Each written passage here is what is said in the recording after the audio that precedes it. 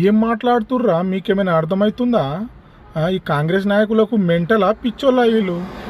ఈ అద్దంకి దయాకర్ ఏమంటాడు, మీకు పాకిస్తాన్ దేశం మీకు శత్రు దేశం అయితే నాకెందుకు శత్రు దేశం కావాలి, నాకు పాకిస్తాన్ దేశం అంటే ఇష్టం అంటాడు. మరి హిందువులకు సీతారాముడు, సీత ఏమైనా మీ చిన్నమ్మనా, రాముడు ఏమైనా మీ చిన్నయ్యనా అంటాడు. అంటే మీ నోటికి వచ్చినట్టు ఏమైనా మాట్లాడతారా నరం లేని నాలుక కానీ? ఇంకొకసారి తప్పుడు మాటలు మాట్లాడితే నాలుక చీరేస్తాం ఏమనుకున్నారేమో మరి మీరు.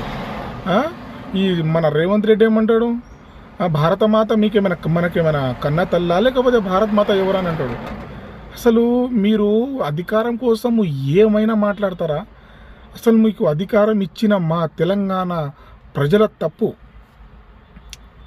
ఏం అసలు బయట ఏమో బార్డర్ల దగ్గర మిలిటరీ ఆర్మీ వాళ్ళేమో ప్రాణాలు అరచేతిలో పెట్టుకొని అక్కడ వాళ్ళు పోరాడి అక్కడ వాళ్ళ ప్రాణాలు త్యాగాలు చేస్తూ మనకి ఇక్కడ రక్షిస్తుంటే మనం లోపల ఉండి అనరాని మాటలు అంటుంటాం మనం.